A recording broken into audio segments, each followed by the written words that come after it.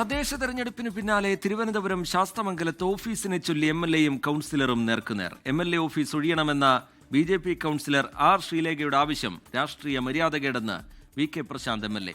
V K Prashanth സഹോദര തുല്യനെന്നും മുറി ഒഴിയണമെന്ന് ആവശ്യപ്പെടുകയല്ല അഭ്യർത്ഥിക്കുകയാണ് ചെയ്തതെന്നുമാണ് ആർ ശ്രീലേഖയുടെ പ്രതികരണം.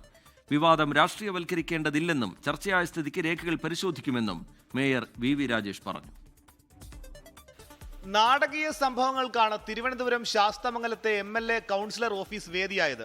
എംഎൽഎ ഓഫീസ് ഒഴിയണമെന്ന് ഫോണിൽ വിളിച്ച് ആർ ശ്രീലേഖ ആവശ്യപ്പെട്ടത് ശുദ്ധ മര്യാദകേടെന്ന് വി കെ പ്രശാന്ത് തുറന്നടിച്ചു. ഇവിടെ ഒരു കൗൺസിലറായി ജയിച്ച ഒരാൾ എനിക്ക് ഈ സൗകര്യം പോരാ എന്ന് പറഞ്ഞ് എംഎൽഎയോട് മാറാൻ പറഞ്ഞാൽ അത് മര്യാദകേടല്ലേ, ശുദ്ധ മര്യാദകേടല്ലേ അവർ കാണിക്കുന്നത്. അപ്പോൾ അത് അങ്ങനെ ഒരു തിട്ടൂരം അനുവദിച്ചു കൊടുക്കാൻ ഞങ്ങൾ തയ്യാറല്ല. ഒരു ചെറിയ വാർഡിന്റെ പ്രതിനിധിയായിരിക്കുന്ന അവർ ഇന്നലെ വന്ന് അവർ മുൻ മേയറായിരിക്കുന്ന അല്ലെങ്കിൽ നിലവിൽ എംഎൽഎ ആയിരിക്കുന്ന ഒരാളെ ഈ നിലയിൽ അവഹേളിക്കുന്ന പ്രസ്താവനകൾ നടത്തുന്നത് ശരിയാണോ? എംഎൽഎക്ക് തൊട്ടു പിന്നാലെ ഓഫീസിലെത്തിയ ആർ ശ്രീലേഖയുടെ പ്രതികരണം ഇങ്ങനെ: അത് അടുത്ത ഇലക്ഷന്റെ സൗകര്യാർത്ഥം എംഎൽഎ ക്വാർട്ടേഴ്സിലേക്കോ അല്ലെങ്കിൽ കുറച്ചുകൂടെ നല്ലൊരു സ്ഥലം കിട്ടിയപ്പോഴോ മാറി എന്ന് പ്രശാന്തിന് പറയാമല്ലോ.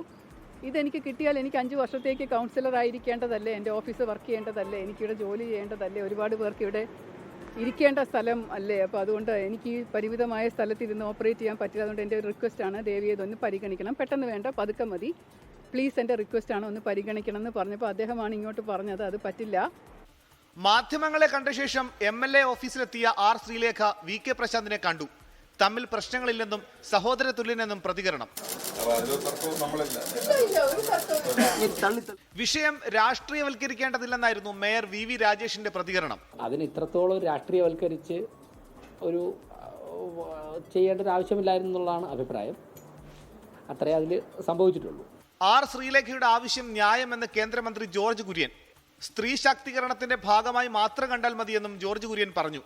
കെട്ടിടം സംബന്ധിച്ച തർക്കത്തിൽ നിയമപരമായി മുന്നോട്ട് പോകാനാണ് ഇരു കൂട്ടരുടെയും തീരുമാനം. 24 തിരുവനന്തപുരം. ലോകത്തെവിടെയായാലും ഏത് സമയത്തും 24 വാർത്തകളും ഓഗ്മെന്റഡ് റിയാലിറ്റി പാക്കേജുകളും എക്സ്പ്ലെയിനറുകളും വിശദമായി കാണാൻ ഞങ്ങളുടെ യൂട്യൂബ് ചാനൽ നിങ്ങൾക്ക് സബ്സ്ക്രൈബ് ചെയ്യാം.